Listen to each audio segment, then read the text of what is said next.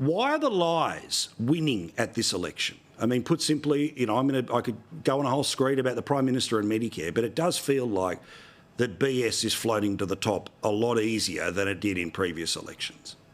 Yeah, look, I mean, health has always been a Labor strength. It hasn't always won us elections, but it is a core value. And Dutton, unfortunately for him, has some history in this portfolio.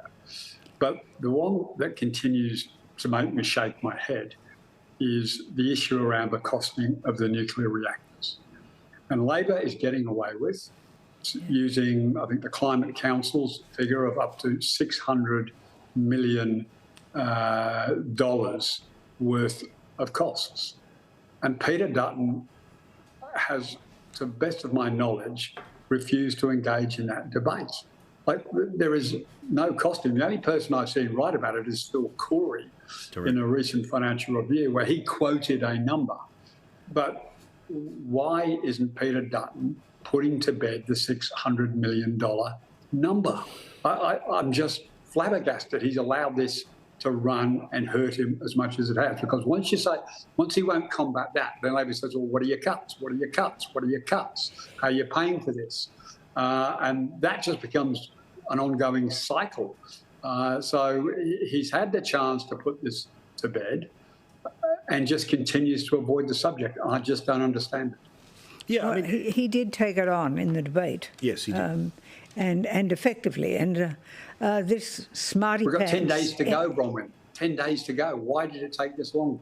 Well, there has been rebuttal before, but it just is repeated by the media that back the Labor government. That's the unfortunate part. But there are so many lies, Stephen. It strikes me that the election is a fake election. I mean, right down to even Clive Palmer with his hacking and being a Conservative and then preferencing against Conservatives. The Prime Minister coming out today and saying, oh, I don't know who's number 2 on my ticket. I didn't know I was preferencing a Green who's from the anti-Semitic party. What rubbish. The first thing you do when you're a candidate is look where you are on the ballot paper. You know particularly well where it is. And this coming out and professing to be the great Catholic when he wouldn't even swear on the Bible to get sworn in as Prime Minister. There are just so many things.